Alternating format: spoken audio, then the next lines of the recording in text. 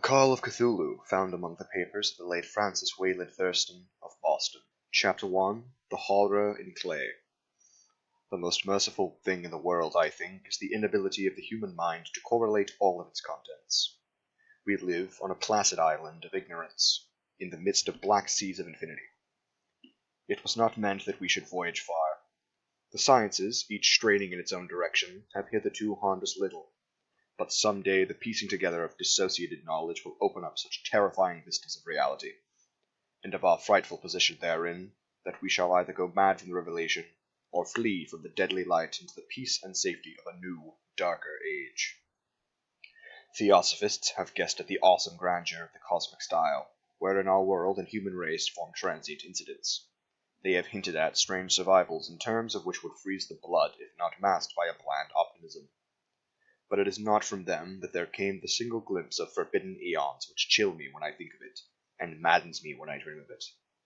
That glimpse, like all dread glimpses of truth, flashed out from an accidental piecing together of separated things. In this case, an old newspaper item, and the notes of a dead professor. I hope that no one else will accomplish this piecing out. Certainly, if I live, I shall never knowingly supply a link in so hideous a chain. I think that the professor, too, intended to keep silent regarding the part he knew, and that he would have destroyed his notes had not sudden death seized him. My knowledge of the thing began in the winter of 1926 and 1927, with the death of my granduncle George Gamalango, Professor Emeritus of Semitic Languages in Brown University, Providence, Rhode Island. Professor Ango was widely known as an authority on ancient inscriptions, and had frequently been resorted to by heads of prominent museums, so that his passing at the age of 92 may be recalled by many. Locally, interest was intensified by the obscurity of the cause of death. The professor had been stricken whilst returning from the Newport boat, falling suddenly, as witnesses said, after being jostled by a nautical-looking fellow who had come from the queer dark course on the precipitous hillside, which formed a short cut from the waterfront to the deceased's home in William Street. Physicians were unable to find any visible disorder, but concluded after perplexed debate that some obscure lesion of the heart, induced by the brisk ascent of so steep a hill by so elderly a man, was responsible for the end. At the time I saw no reason to dissent from his dictum, but latterly I am inclined to wonder, and more than wonder. As my granduncle's heir and executor, for he died a childless widower, I was expected to go over his papers with some thoroughness, and for that purpose moved his entire set of files and boxes to my quarters in Boston. Much of the material which I correlated would be later published by the American Archaeological Society. But there was one box which I found exceedingly puzzling, and which I felt much averse from shewing to other eyes. It had been locked, and I did not find the key till it occurred to me to examine the personal ring which the professor carried always in his pocket. Then indeed I succeeded in opening it, but when I did, so seemed only to be confronted by a greater and more closely locked barrier. For what could be the meaning of the queer clay bas-relief and the disjointed jottings, ramblings, and cuttings which I found? Had my uncle, in his latter years, become credulous to the most superficial impostures? I resolved to search out the eccentric sculpture, responsible for this apparent disturbance of an old man's peace of mind. The bas-relief was a rough rectangle, less than an inch thick and about 5 by 6 in area, obviously of modern origin. Its designs, however, were far from modern of atmosphere and suggestion, for although the vagaries of cubism and futurism are many and wild, they did not often reproduce the cryptic regularity which lurks in prehistoric writing. And writing of some kind of the bulk of these designs seems certainly to be, through my memory, despite much familiarity with the papers and collections, failed in any way to identify this particular species, or even hint at its remotest affiliations. Above these apparent hieroglyphics was a figure of evidently pictorial intent, though its impressionistic execution forbade a very clear idea of its nature. It seemed to be a sort of monster, or symbol representing a monster, of a form which only a diseased fancy could conceive. If I say my somewhat extravagant imagination yielded simultaneous pictures of an octopus, a dragon, and a human caricature. I shall not be unfaithful to the spirit of the thing, a pulpy, tentacled head surmounted a grotesque and scaly body with rudimentary wings. But it was the general outline of the whole thing which made it shockingly frightful. Behind the figure was a vague suggestion of a cyclopean architectural background. The writing accompanying the oddity was, aside from a stack of press cuttings, in Professor Angel's most recent hand, and made no presence to literary style. What seemed to be the main document was headed Cthulu Cult. in characters painstakingly printed to avoid the erroneous reading of a word so unheard of. The manuscript was divided into two sections, the first of which was headed 1925, Dream and Dream Work of H. A. Wilcox, 7 Thomas Street, Providence, Rhode Island, and the second, Narrative of Inspector John R. LaGrasse, 121 Bainville, New Orleans, Louisiana, and 1908 AAS. Notes on the same and Professor Webb's account.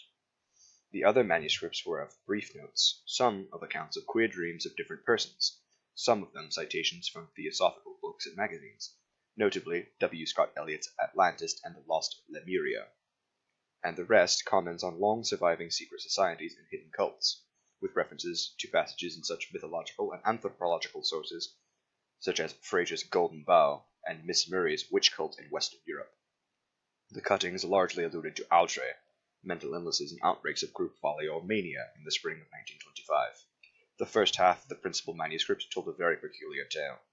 It appears that on March 1, 1925, a thin, dark young man of neurotic and excited aspect had called upon Professor Engel bearing the singular clay bas-relief, which was exceedingly damp and fresh at the time. His card bore the name of Henry Anthony Wilcox, and my uncle had recognized him as the youngest son of an excellent family slightly known to him, who had latterly been studying sculpture at the Rhode Island School of Design and living alone at the Fior-de-Lis building near that institution. Wilcox was a precocious youth of known genius but great eccentricity, had from childhood exceeded attenuation through the strange stories and odd dreams he was having. Wilcox was a precocious youth of known genius but great eccentricity, and had from childhood exceeded attention through the strange stories and odd dreams he was in the habit of relating. He called himself physically hypersensitive, but the staid folk of the ancient commercial city deemed him as merely strange. Never mingling with his kind, he had dropped gradually from social visibility, and was now known only to a small group of people from other towns. Even the Providence Art Club, anxious to preserve its conservatism, had found him quite hopeless. On the occasion of the visit ran the professor's manuscript. The sculptor abruptly asked for the benefit of his host's archaeological knowledge and identifying the hieroglyphics on the bas-relief. He spoke in a dreamy, stilted manner, which suggested pose and alienated sympathy, and my uncle shewed some sharpness in replying, for the conspicuous freshness in the tablet implied kinship with anything but archaeology. Young Wilcox's rejoinder, which impressed my uncle enough to make him recall and record it verbatim, was a fantastically poetic cast, which may have typified his whole conversation, with which I have since found highly characteristic of him. He said, "It is new, indeed, for I made it last night in a dream of strange cities. Dreams are older than brooding Tyre, or the contemplative Sphinx, or garden-girt of Babylon." It was then that he began a rambling tale, which suddenly played upon a sleeping memory, and won the fevered interest of my uncle. There had been a slight earthquake tremor the night before, the most considerable felt in New England for some years, and Wilcox's imagination had been keenly affected. Upon retiring, he had had an unprecedented dream of great cyclopean cities of Titan blocks and sky-flung monoliths, all dripping with green ooze and sinister with latent horror. Hieroglyphics had covered the walls and pillars, and from some undetermined point had come a voice that was not a voice, a chaotic sensation which only fancy could transmute into sound, but which he attempted to render by the almost unpronounceable jumble of letters, Cthulu Chap. This verbal jumble was the key to the recollection which exceeded and disturbed Professor Engel. He questioned the sculptor with scientific minuteness, and studied with almost frantic intensity the bas-relief on which the youth had found himself working. Chilled and clad only in his night-clothes when waking had stolen bewilderingly over him, my uncle blamed his old age, Wilcox afterwards said, for his slowness in recognizing both hieroglyphics and pictorial design. Many of his questions seemed lightly out of place to his visitor, especially those which tried to connect the latter with strange cults or societies, and Wilcox could not understand the repeated promises of silence which he was offered in exchange for an admission of membership in some widespread mystical or paganly religious body. When Professor Engel became convinced that the sculptor was indeed ignorant of any cult or system of cryptic lore, he besieged his visitor with demands for future reports of dreams. This bore regular fruit. After the first interview, the manuscript recorded daily calls of the young man, during which he related startling fragments of nocturnal imagery whose burden was always some terrible cyclopean vista of dark and dripping stone. with a subterranean voice or intelligence shouting monotonously in enigmatical sense impacts, uninscribable save as gibberish. The two sounds most frequently repeated are those rendered by the letters Cthulu and Relair. On March 23rd, the manuscript continued. Wilcox failed to appear, and inquiries at his quarters revealed that he had been stricken with an obscure sort of fever and had taken to the home of his family in Waterman Street. He had cried out in the night, arousing several other artists in the building. He had manifested since then only alterations of unconsciousness and delirium. My uncle at once telephoned the family, and from that time forward kept close watch of the case, calling often at the Thayer Street office of Dr. Toby, whom he learned to be in charge. The youth's febrile mind, apparently, was dwelling on strange things, and the doctor shuddered now that he spoke of them. They included not only a repetition of what he had formerly dreamed, but he touched wildly on a gigantic thing miles high, which walked or lumbered about. He at no time fully described this object, but occasional frantic words, as repeated by Dr. Toby, convinced the professor that it must be identical with the nameless monstrosity he had sought to depict in his dream sculpture. Reference to this object, the doctor added, was invariably a prelude to the young man's subsidence into lethargy. His temperature, oddly enough, was not greatly above normal, but his whole condition was otherwise such as to suggest true fever rather than mental disorder. On April 2nd, at about 3 p.m., every trace of Wilcox's malady had suddenly ceased. He sat upright in bed, astonished to find himself at home and completely ignorant of what had happened in dream or reality since the night of March 22nd. Pronounced well by his physician, he returned to his quarters in 3 days, but to Professor Angell he was of no further assistance. All traces of strange dreaming had vanished with his recovery, and my uncle kept no record of his night thoughts after a week of pointless and irrelevant accounts of thoroughly usual visions. Here the first part of the manuscript ended, but references to certain of the scattered notes gave me much material for thought, so much in fact that only the ingrained skepticism then formed my philosophy can account for my continued distrust of the artist. The notes in question were those descriptive of the dreams of various persons, covering the same period as that in which young Wilcox had his strange visitations. My uncle, it seemed, had quickly instituted a prodigiously far-flung body of inquiries, amongst nearly all of the friends whom he could question without impertinence, asking for nightly reports of their dreams and the dates of any notable visions for some time past. The reception of his requests seems to have been varied, but he must at the very least have received more responses than any ordinary man could have handled without a secretary. This original correspondence was not preserved, but his notes formed a thorough and really significant digest. Average people in society and business, New England's traditional salt of the earth, gave an almost completely negative result, though scattered cases of uneasy but formless nocturnal impressions appear here and there. Always between March 22nd and April 2nd, the period of young Wilcox's delirium. Scientific men were little more affected, though 4 cases of vague description suggest fugitive glimpses of strange landscapes, and in one case there is mentioned a dread of something abnormal. It was from the artists and poets that pertinent answers came, and I know that panic would have broken loose had they been able to compare notes. As it was lacking their original letters, I half suspected the compiler of having asked leading questions, or of having edited the correspondence in corroboration of what he had latently resolved to see. That is why I continued to feel that Wilcox, somehow cognizant of the old data which my uncle had possessed, had been imposing on the veteran scientist. These responses told a disturbing tale. From February 28th to April 2nd, a large proportion of them had dreamed a very bizarre thing, the intensity of the dreams being immeasurably the stronger during the period of the sculptor's delirium.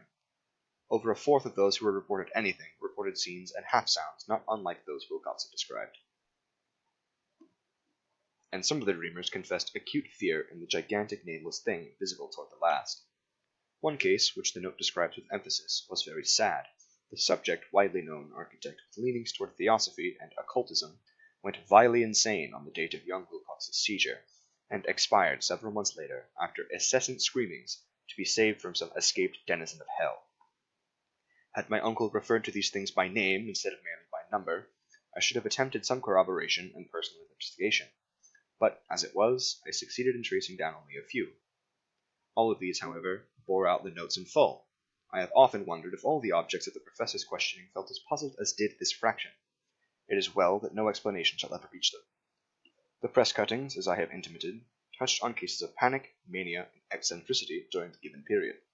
Professor Engel must have employed a cutting bureau, for the number of extracts was tremendous and the sources scattered throughout the globe. Here was a nocturnal suicide in London, where a lone sleeper had leaped from a window after a shocking cry. Here, likewise, a rambling letter to the editor of a paper in South America, where a frantic deduces a dire future from the visions he has seen. A dispatch from California describes a theosophist colony as donning white robes en masse for some glorious fulfillment, which never arrives. Which items from India speak guardedly of serious native unrest toward the end of March. Voodoo orgies multiply in Haiti, and African outposts report ominous mutterings. American officers in the Philippines find certain tribes bothersome at this time. And New York policemen are mobbed by hysterical Levantines on the night of March 22nd to 23. The west of Ireland, too, is full of wild rumor and legend. And a fantastic printer named Ardois Bonan hangs a blasphemous dream landscape in the Paris Spring Salon of 1926. And so numerous are the recorded troubles in insane asylums that only a miracle can have stopped the medical fraternity from noting strange parallelisms and drawing mystified conclusions. A weird bunch of cuttings, all told, and I can at this date scarcely envisage the callous rationalism which I set them aside.